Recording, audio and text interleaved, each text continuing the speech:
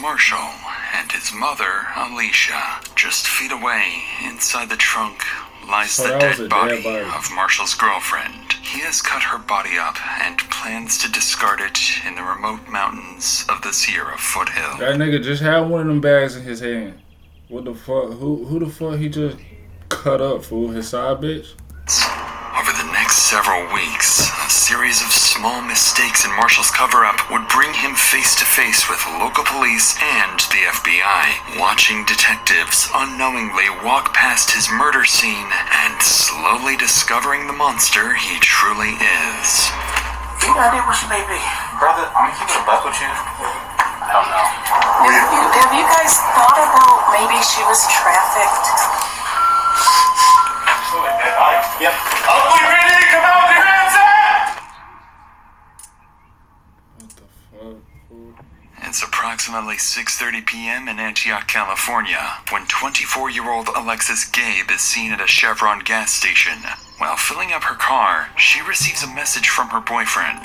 "Are you still coming over?" She replies, "I can only come by for a bit." After paying, Alexis gets back on the road, and by 6:37 p.m., she's seen arriving at her boyfriend's house. Her boyfriend cut her up, bro. Hell nah. This shit gotta be some planned shit, cause what the fuck? But that's not that random though. If they boyfriend and girlfriend, nigga text her like, "Baby, you still coming? You still coming over?"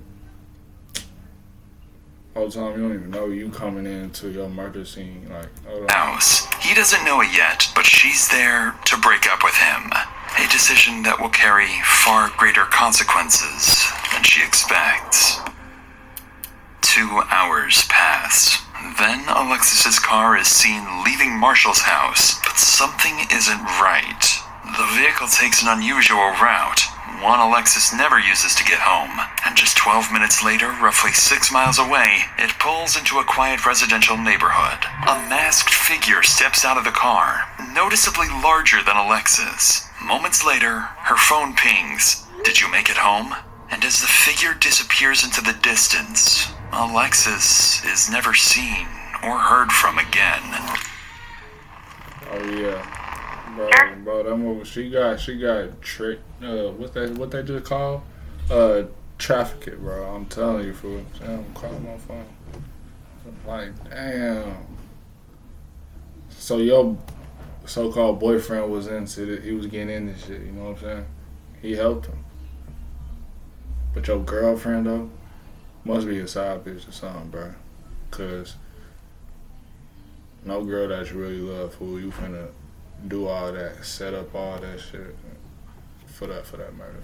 What she do? She cheat on you or something? For a file a missing person report. Is this a family member or friend? Family member. Sister. And how long ago did you last talk to her? No one's heard from her since she went to see her ex-boyfriend last night at 8:30. And she's not answering her phone or anything? No, it's going straight to voicemail. On the line is Alexis Gabe's sister. Her tone is urgent as she insists on filing a missing persons report immediately. To better understand the situation, dispatch sends Officer Ron County to the family's home. And that's where he learns why Alexis's family is already fearing the worst. Good morning. How you doing? I'm a detective with the police department. I'm gonna get some info from you guys, and I'm gonna start looking for Alexis. That's okay. Okay. She ever make any like sort of statements? No. Okay. Is she generally pretty happy? Yeah. Okay. She's always out. Like every day. She's always out? Yeah. Do you know where she goes a lot of the time? With her friend, E and Ria. She's with us yesterday too. Does she have any mental health issues? It's generally an antidepressant. Yeah, I know. That's what she said. That's why she's looking out for the doctor. She's seeing the doctor. Okay. When they have an accident with her boyfriend, car accident, she said she have a chiropractor's appointment. Who's your boyfriend? The one that we know is Marshall. Marshall? Jones, yeah. Okay. And we just found out yesterday. The friend said Marshall threatening Alexis. If they gonna broke up, he's gonna kill or gonna kill Alexis. Oh, okay. And this is Marshall. Marshall. Yeah. Okay. That's all we need for real, folks. I ain't gonna lie, bro. Like, it's a open case. It's open, like it's a sealed case, man. Shit like that, but bro, case closed, fool. If your mama saying shit like that, niggas do that on some, bro. Nah, bro. Even if your boyfriend acting like he playing like that, no, leave that nigga. Cause it's gonna be one day that nigga really gonna do that shit to you, folks. We done watched too many videos like this, folks, where with a nigga, his ego and insecurity and shit like that, bro. That shit, his demons, boys, his demons. Nigga gonna kill his girlfriend. Needless to say, the officer knows exactly who they need to speak with next. According to Alexis's mother, Marshall Jones is the boyfriend she went to see last. But even more troubling is her claim that he had threatened to harm himself or Alexis if they ever broke up. As Coutney wraps up his initial search, he relays the information to his sergeant. From there, requests are made for street CCTV footage, a real-time location warrant for her phone, and most urgently, another officer is dispatched to Marshall's address. Later that afternoon, the officer arrives at the house. Knowing Marshall is one of the last people to see Alexis alive, the officer expects to gather more information about her whereabouts. But he's about to get much more than that. But before we get to that, I want to talk about something else that's important too. For almost a year, I've had this discomfort with my ear, and every time... But that nigga look like a fucking ant. I ain't gonna lie, gang. Hold on, fool. I ain't trying to crank me on. Yes. Yeah. Okay. How y'all doing today? Okay. Y'all be safe. Be careful now, okay? That nigga basically just said, hey, y'all be safe around here, man.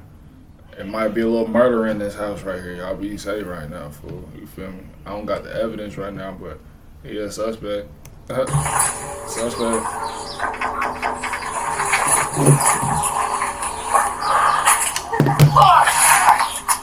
That's fine. Hey, I hear, you know. This nigga already suspect. Why the hell you opening the door with the headphones on? You feel me? Your ass not on band lab, finna make a track right now. What the fuck you got the headphones on for? I need his nigga knocking on my door. Hold on, fool. I'm turning everything on right now. Hold on, fool. Your ass like a fucking ant. Gabe. Yeah, I'm sorry, Gabe. Yeah, no, her mom told me that she didn't come home. So yeah, because I spoke to her brother and friends and they're concerned. I'm concerned too. When was the last time you spoke to her or saw her? You know what? I can... I'm the same way. Yeah, hold on. So... I can show you my call log.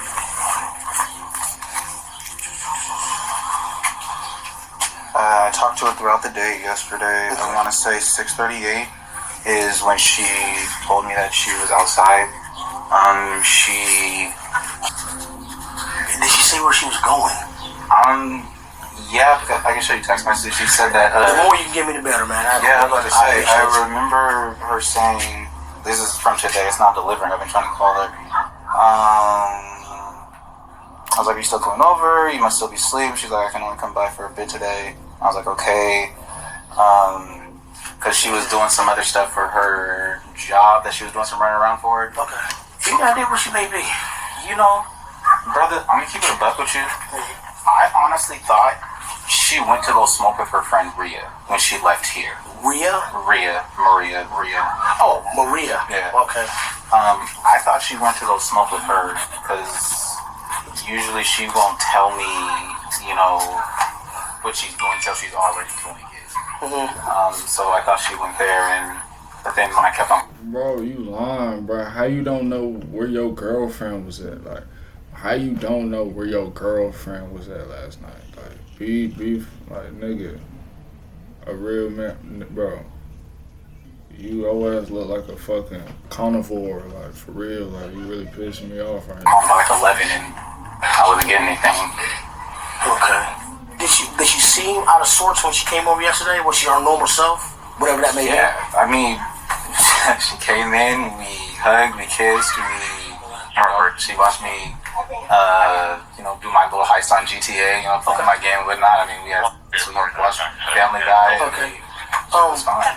GTA, your ass probably got the chat on right now. That's why you got your headphones on. Came outside with that shit. Ugly ass nigga. Talking about Call of Duty, bro. So fuck, fool. This nigga crazy. This nigga's insane, fool. When you said she came over there and you was playing the game and all type of shit, he probably already told you, like, I'm breaking up with you. And you killed that. You killed it right there. The video that we seen of a nigga attacking a motherfucker in the car. You know what I'm saying? Right around down there. That nigga's probably your ass, nigga. You put all them jackets on and shit. I don't know. When she left, did you see her? Did you see her leave? Yeah. And I say yeah because I opened the garage door and she left. So Okay. Also, she opened the garage door. Yeah. All right. Case At closed. first glance, Marshall appears far more willing to help than Alexis's family hinted towards. But as he recounts his last encounter with Alexis, his demeanor is oddly detached, at times even attempting to Look make at light of him. the situation. It's the kind of behavior Look that at doesn't go him. unnoticed. But before wrapping up the interview, the officer would ask one of the strangest questions possible at a moment like this. Yeah. How long you two been? You guys two dating? Yeah. How long y'all been together?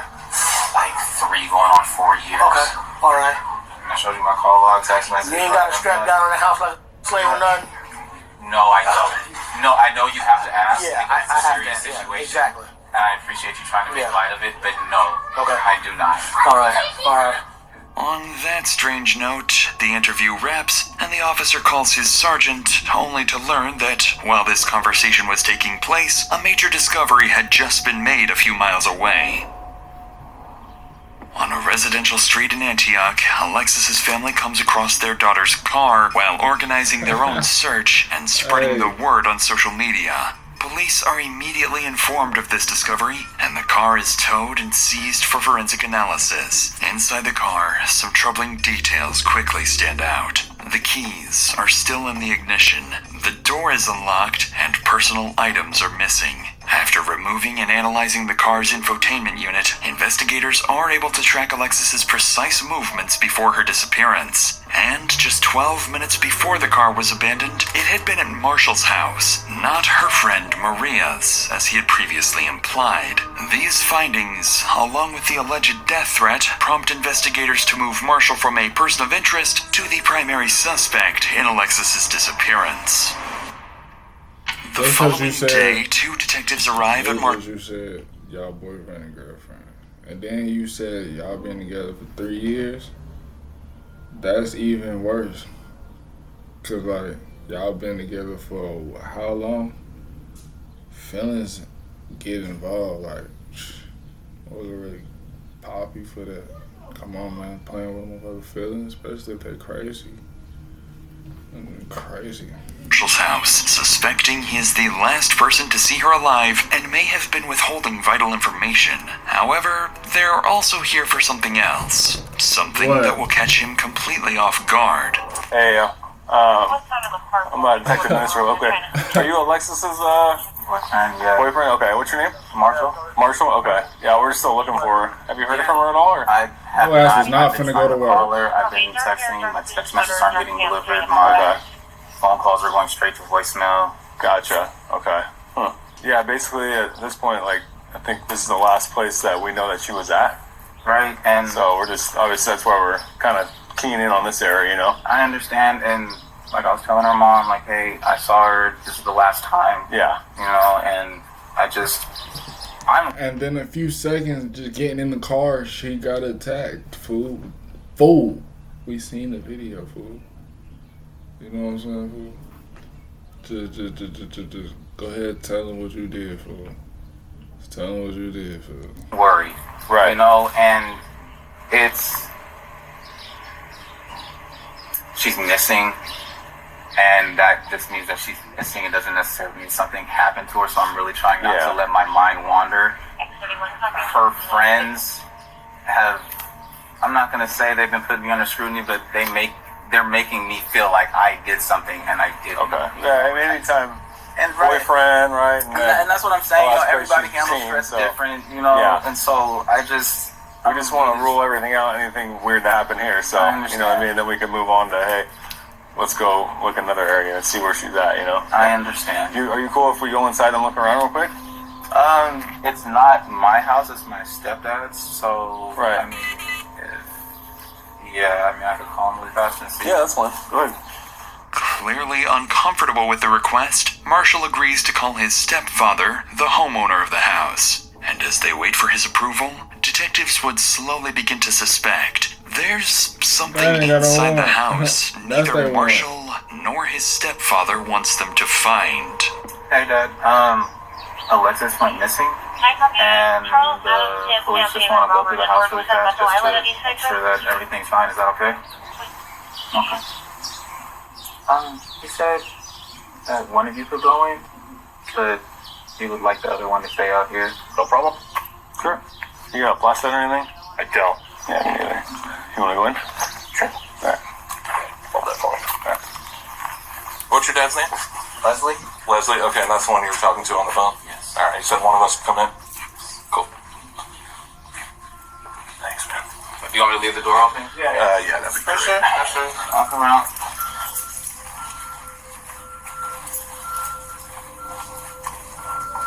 Anything of hers that's here? I mean, there might be some clothes that she left over. Okay. It's gonna be in my room. My room's a mess. That's fine. This is your room. This is my room in here. I know. Like I said, it's a mess. It happens, bro. Yeah. You guys drink together, I'm assuming? Yeah. What you think, you got clouds in your room or some shit? Why you do this shit? I think I seen some girls do some shit like that. Why you do this shit? You know what I'm saying? I don't get it, for real. Am I not hipped? I ain't never been hipped. I don't know. At the house. As the officer moves through the house, Marshall's room quickly stands out, left in complete disarray, and as he inspects the room further, little does... This probably because she broke up with your ass, fool. She was tired of crushing on this little ass bed and shit. Get you a real bed, nigga. Get a, you know what I'm saying? Neighbors gonna hear this shit. Who cares, nigga? Probably cause like everything about your room is just trash, fool. You got fucking... Yeah, watch out, fool. I wasn't any boyfriend and girlfriend for real. No. She probably thinking like, how the fuck did I get this far? Yeah, enough and enough. This very place holds subtle clues and will soon become a crime scene. I'm sorry, you're good. And then this is other people's rooms? Yeah.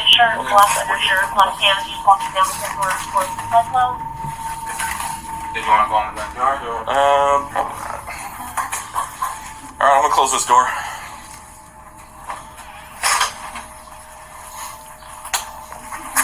Nothing out of the ordinary. His room is an absolute mess.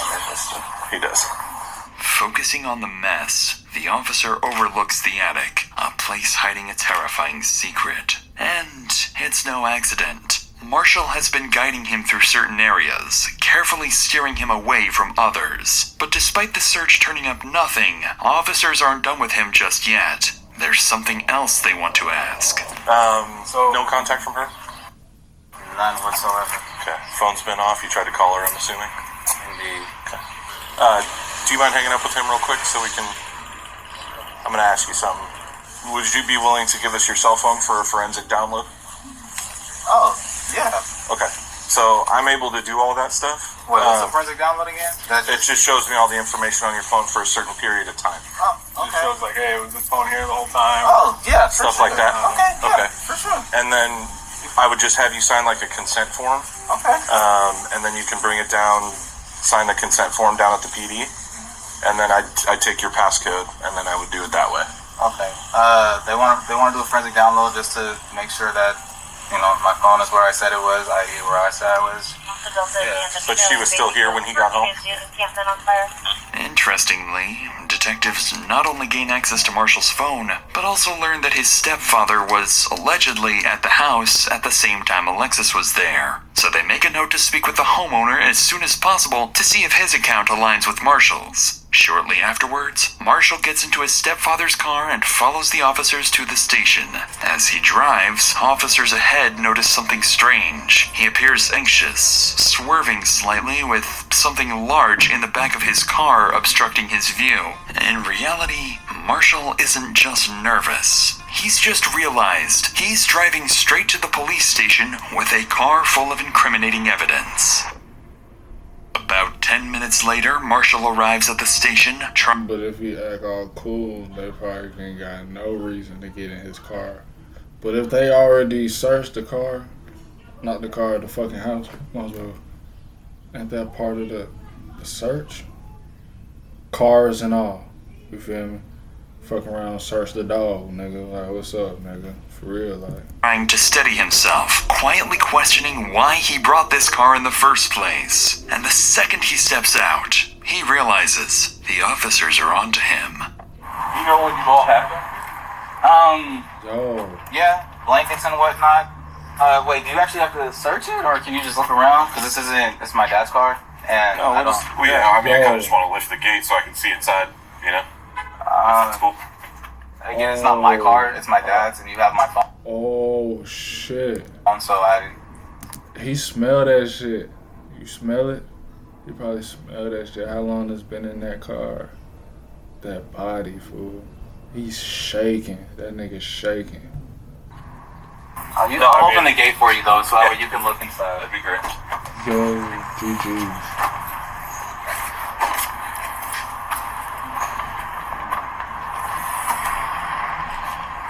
We went to the drive-in, so tried to get Rumi some water. I mean, you can look in the... Bro, you talking about something they just looking at it and take pictures?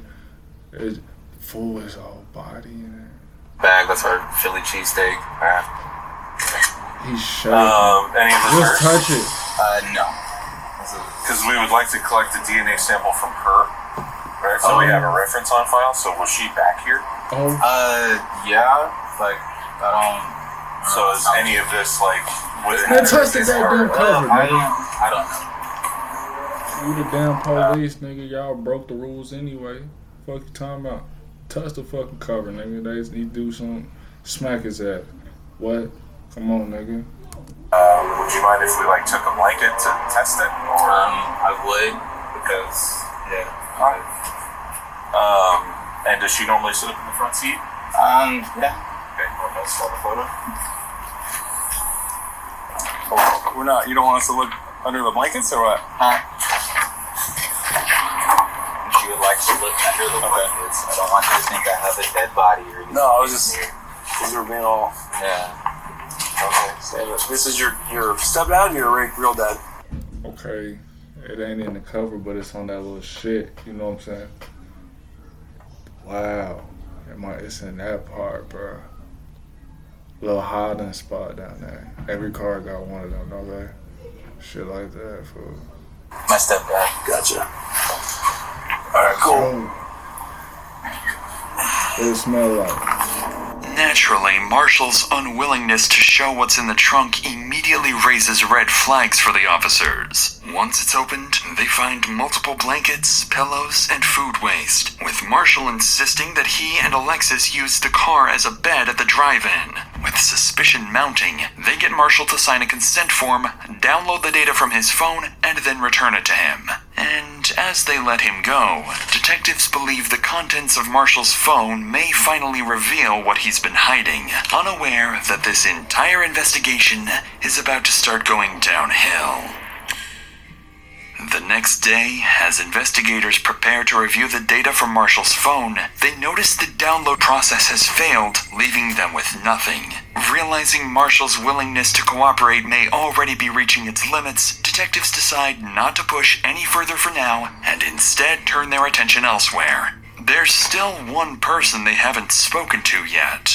Marshall's stepfather, the homeowner who was allegedly inside the house the same night Alexis disappeared. If something happened to her that night, he may have witnessed it. With that in mind... That Pops over there a little bulky. You feel me? He might be the one that go over here and got the car.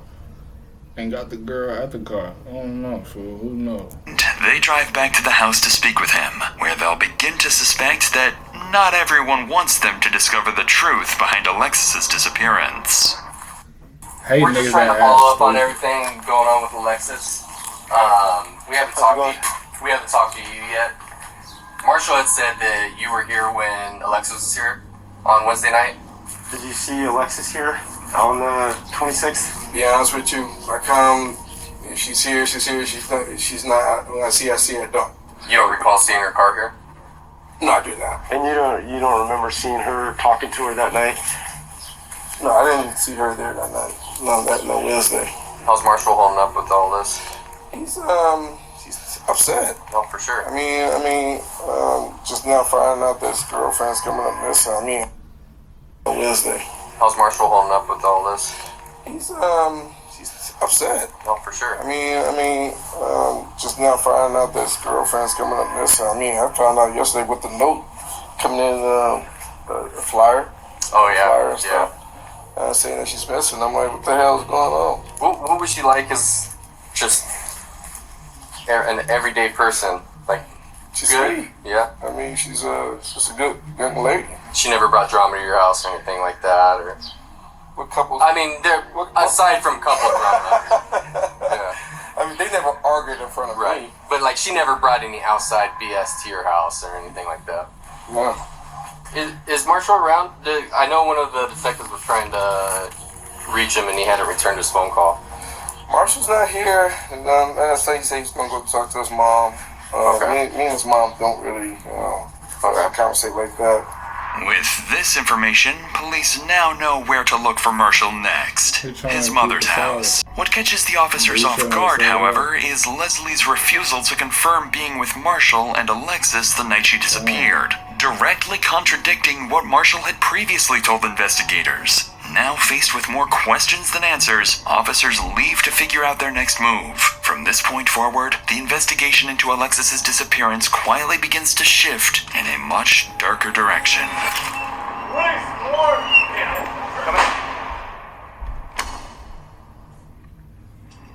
During the next several days, police visit Marshall's mother, Alicia Clark, looking for her son. But suspiciously, she claims she hasn't seen him since the night his girlfriend Alexis vanished. By now, investigators begin to consider a troubling possibility. Marshall may be on the run, and his family may even be covering for him. But their biggest piece of evidence is still to come. Just as the investigation seems to stall, CCTV footage is recovered from the route Alicia's car took the night she vanished. For roughly 12 minutes, the car is seen speeding from Marshall's home to the residential area where it's eventually abandoned. A masked figure is seen stepping out of the car, noticeably larger than Alexis, with a more masculine build. As detectives begin tracking the figure's movements through nearby cameras, they watch it move calmly for over a mile until it arrives somewhere completely unexpected: Marshall's mother's house. This development makes investigators certain that the masked figure was none other than their prime suspect, Marshall. And with that, an emergency search warrant for his home is secured immediately. On February 1st, more than a dozen officers arrive at the house convinced there is far more inside than Marshall originally let them see. Well, you should have seen. You should have been looking for that shit the first time you got the search. Like, I know it's two motherfuckers in there, but come on, nigga. Like, Training Day, you know what I'm saying? That movie, when it's only like you and your partner, nigga, like, get overseas, nigga. You know what I'm saying? The fuck? We looking for a body, nigga. We talking about here. These new cops in 2026, they pussy, but like they too more bold now. I ain't gonna lie, fool. They a little too bold now. Search warrant, open They been up! like that for real. Press the door. Press the door with the foot. Yeah, hold it to the side and press the corner.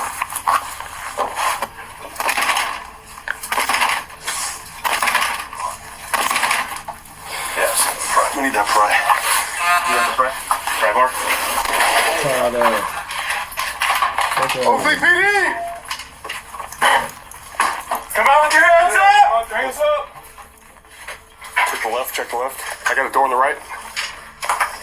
Check that door. That's clear. Oakley PD, come out with your hands up! Search warrant!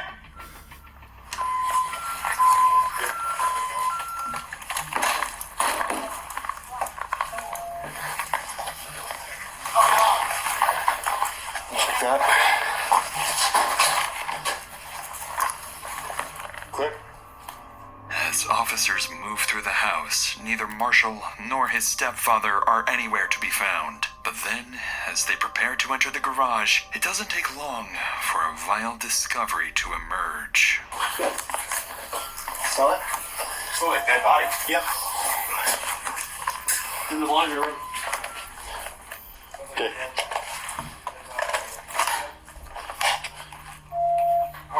Yeah. Got a little cup on this one. Right here, yeah? Yeah, right in here. I got a big whiff. Yep. Where's that backyard? Damn. All space? Yep. Multiple officers begin to notice a distinct smell, one they believe to be the odor of a decomposing body. The scent appears to be coming from the laundry room and leads up towards the attic. So officers prepare to investigate and brace themselves for the worst. It looks undisturbed. Dude. Are we agreeing? It's been opened before. I don't know. It's right here, just. I just love fool. I ain't gonna lie. If him and his dad had some shit to do with, you know what I'm saying, handling the body after, all the words, like, these niggas sick, man. Yeah. It's points straight out to the garage. Yeah. So that's the thing, is like, That's the we gotta check the crawl space. Anybody check inside that SUV or take a peek inside? I didn't see anything. It's locked. Okay. Scott, I'm gonna have this door closed for a second. I mean, there's pathways where they walked for electrical, but I don't see. No footprints, no drag marks. Yeah, I mean, it's just you can see where they're walking, Okay. doing something, but I don't. Hey, they said they could smell something right where you're at, Logan. Like there's a vent. It's coming from the vent, kind of. Yeah. Once we hit this area and start walking to the garage, is where I smelt it. Does that look like blood and hair? Yeah. Let me see. Black hair. Look at.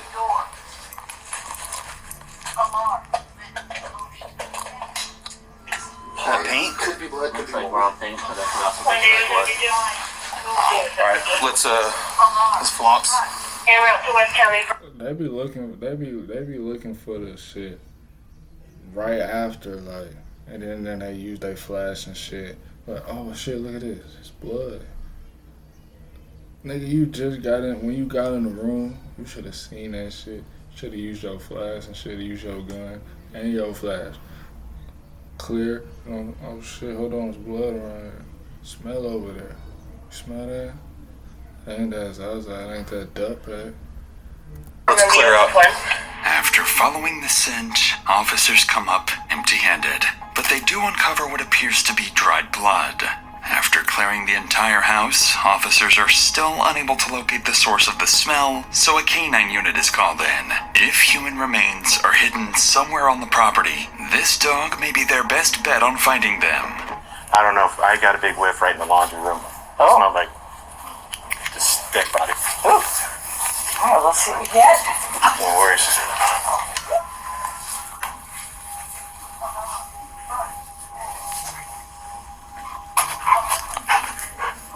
Yo, they got the dog out. GG's. That's not good. But that had none of the other behaviors that we're looking for. You took. His ass ain't finding shit. Alarm. Front door. And then that's the attached garage. Oh, can we go in there? Yes.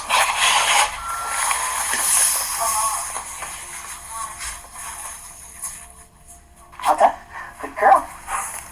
Even the dog don't even find shit. Oh, I don't know. We didn't bring that in. You saw her go up the wall here? Mm-hmm. Yeah. So it's just checking odor. As I said, you've worked with cannons, so we didn't get final. And that was the kind of thing where it's like, I have some weird odor, but it's not all of her behaviors, which was more what we had there. And of course, you and I both know there could be, you could have vacuumed up a tissue that had bloody nose. Yeah. Or that could be. Okay, good girl. You want your toy? It's not saying to get your toy. So they still suspects though. Somewhat At the end of the surprisingly, day. the handler isn't fully convinced the dog has detected human remains. However, several indications suggest it has picked up on something suspicious, as it repeatedly returns to Marshall's room, sits in one spot while staring at its handler, and most alarmingly, begins clawing at the wall, a sign the odor may be coming from the attic. But even after multiple additional searches, and with more canine units brought in, officers are left with troubling yet inconclusive results. Small traces of blood, the presence of bleach and other cleaning supplies, and a missing shower curtain. Following these discoveries, officers secure the scene and begin working to obtain real-time location data for Marshall's phone, now fully suspecting they have a homicide on their hands. Over the next several weeks, officers are seemingly no closer to finding Marshall. Neither his mother nor his stepfather appear willing to cooperate any further. But every time the investigation seems like it's losing momentum, Alexis Gabe's family keeps pushing forward, pressuring police to find their daughter and bring her justice.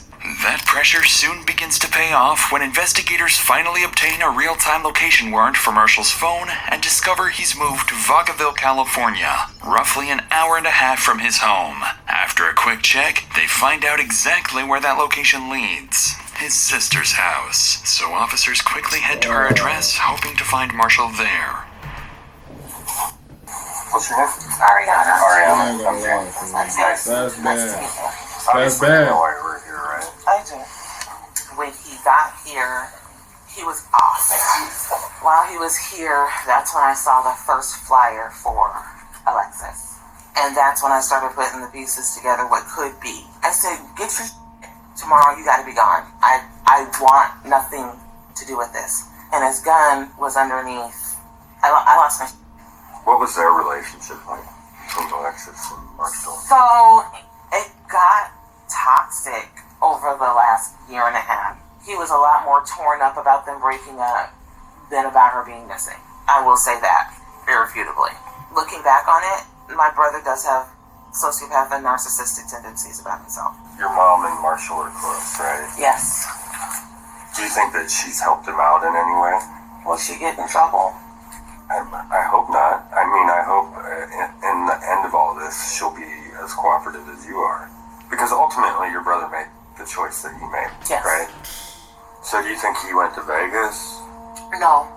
I believe this is the number that he's using. If you guys want to take it, that's fine. Most worryingly for officers, Ariana seems to suspect someone else may be helping Marshall evade police. However, Ariana also gives them something significant, Marshall's new phone number. So after wrapping up the interview, investigators move quickly to track his location. This is when they discover that Marshall's phone is pinging all the way back to his mother, Alicia Clark's house. Up to this point, Alicia has been telling police she doesn't know where Marshall is. Now, detectives begin to suspect she's lying and may even be actively hiding from police. Over the next few hours, police secure an emergency search warrant for Alicia's house. Officers rush to the location knowing full well Marshall could disappear again at any moment. But little do they know, the lead they're following is actually a setup. Ugly police search warrant, come to the door! Damn. Hello? That's okay. Let's open the door for me. That was a OC knock, fool. That was a OC ass knock, fool. Just my daughter that sleep upstairs. I understand. She'll be up there. She's okay. Are you able to wake her up and bring her out here for a minute while we service the warrant? I'm not.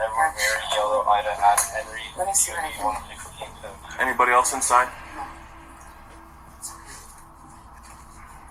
After escorting Alicia and her daughter outside, officers move in to search the house, but they find no one else inside. They do, however, spot a working camera outside the home, one they immediately begin trying to obtain a warrant for. Despite Marshall's absence, the forensics team insists that his phone is still actively pinging inside the house. By now, investigators know something isn't adding up. So they prepare to question Alicia, starting with the very reason they're here in the first place. Where's the best place? Nice out there. Talk to me. What's going on? So, we're obviously here for a reason, and then a couple of reasons. We're here for Marshall's phone. So, we know it's here, but we don't want to tear your house apart too much. So, if you could direct us to it so we don't have to, mess anything up. Where's the phone? It's upstairs in my closet in the green Hawaiian shirt that you guys need. Now I have a question. What do you guys need it for? You guys cloned it. So the cell phone thing, they went and did the download, but some of the files got screwed up, so we don't have everything. So we need that, and plus we know that he's had the phone after that. So that's the evidence. Strangely, Alicia appears unusually cordial with the detectives. Despite having her house breached, she's even admitted to holding a wanted suspect's phone, yet treats it as if it's nothing serious. By now, investigators are more than suspicious of her involvement. They're convinced she not only knows where Marshall is. That's what I'm saying. Is if you're gonna do something, don't do something with your own. Whenever you do something, don't nobody do nothing. But if you do something, don't have your mama in the mix with the shit. Come on, man. Come on, man. Come on, man. But more importantly, what he did to Alexis. So, do you Marshall, he's obviously not here, so you know where Marshall is? He has to go. I do not know. I do not know. I've intentionally told him, do not tell me where you are. It's just the situation. I don't want to know. So you're distancing yourself? Oh, God, no, not at all. Okay. Not at all. I just know this isn't who we are. I mean... And we don't believe that. Yeah, I better not. We just... You guys are just doing your job. Right, we have to try our best to get answers, right? Yeah. So that's And I'm definitely not distancing my son. Not. Okay. That's not the reason. What do you know? I know that the two of them had a solid relationship. I mean, for Valentine's Day, he wanted to get her an edible arrangement. I couldn't afford it. And so he went and got the chocolate, all of the stuff, built her an edible arrangement. I like that. I mean, that's the kind of guy he is. I've told him since he was younger, when you're dating, you want to make sure that you are so good to her that she's going to be comparing every other guy to you. Right away, this description of Marshall doesn't quite align with what investigators believe about their suspect, especially given his sister's earlier claims that he's a narcissist and a sociopath. If Alicia like this is not only disturbing, it's something most people would find nearly impossible to do. Sensing this may be more difficult for her than she's letting on, detectives decide to shift their approach, appealing to her emotions, hoping that if this is all an act, it's about to break. Because, I mean, obviously, we're still looking. She's still out there somewhere. And things don't look good.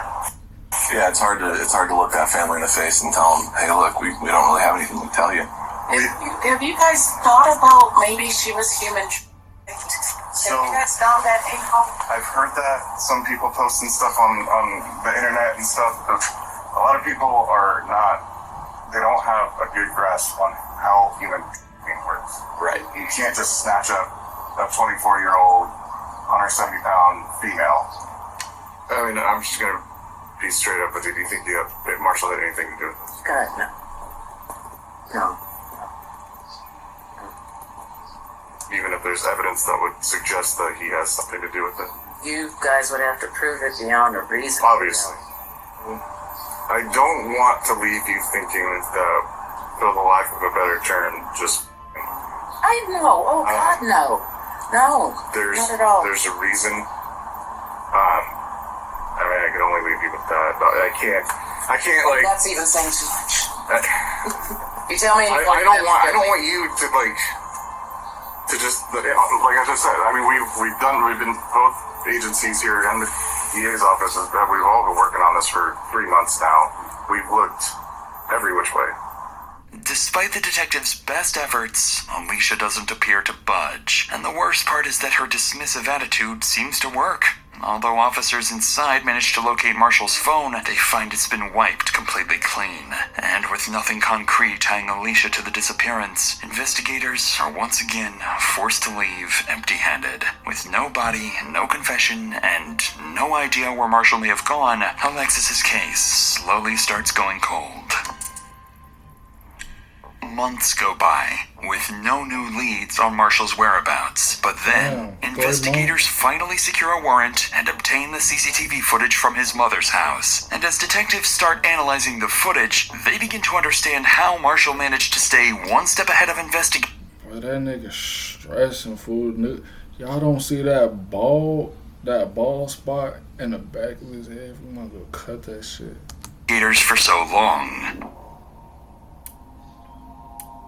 Inside these large plastic bags, investigators believe Alicia's remains and suspect Marshall's mother was aware of it. Following these developments, investigators reach out to Marshall's sister and learn he has a friend at an apartment complex in Kent and may be hiding there. Using travel records, CCTV footage, and anonymous tips, they zero in on a specific location, the Skyview 3322 apartments. On June 1st, more than 4 months after Alexis Gabe disappeared, the task force moves in to serve a murder warrant and finally arrest Marshall. But as they arrive and prepare to breach, nothing about this operation is about to go as planned. What happened?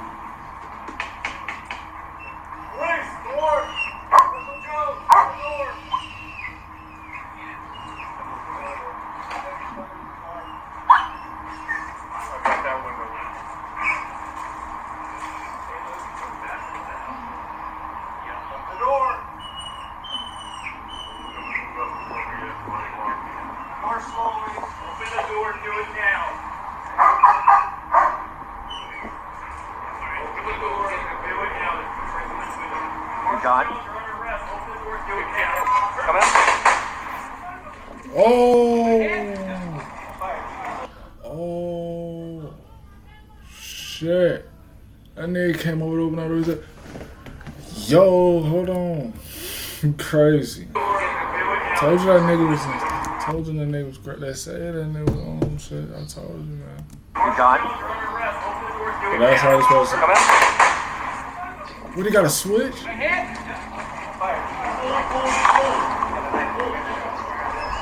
Yeah, knife. Came to the knife. After emerging with a kitchen knife, Marshall is shot multiple times by 3 officers. Despite immediate medical aid, that nigga just did a little suicide mission type shit, fool. You know what I'm saying? They, suicide by a cop. Like, he know if he got a weapon, they gonna pop your ass, fool. You're not going to jail. You don't want to go to jail. he is pronounced dead at the scene. The following Thought day, they had a Paul switch. Beard, I'm like, chief what of the the Oakley Police Department, holds a press conference announcing that Alexis Gabe's case is now officially being treated as a homicide and that Marshall Curtis Jones had been charged with her murder before being shot and killed. But any real sense of closure for Alexis's family would not come until much, much later. On November 3rd, while metal detecting near Jackson Road in Plymouth, a local resident discovers what he believes to be human remains and immediately calls 911. When officers arrive, they're left speechless. Scattered across the mountains are the remains of a young woman. A forensic odontologist is brought in and, using dental records, confirms the remains are those of Alexis Gabe. In the aftermath, her family expresses a mix of devastation and relief. They continue pushing for charges against Marshall's mother and hold memorials in Alexis's honor. To this day, Alexis's family continues demanding justice and launching a petition criticizing the Contra Costa County District Attorney's Office for its handling of the case and calling for stronger accountability for victims' family. Bro, how did he kill her though? You know what I'm saying? Like, they ain't even really gonna tell her. Like, they took him and what? They cut him off all times.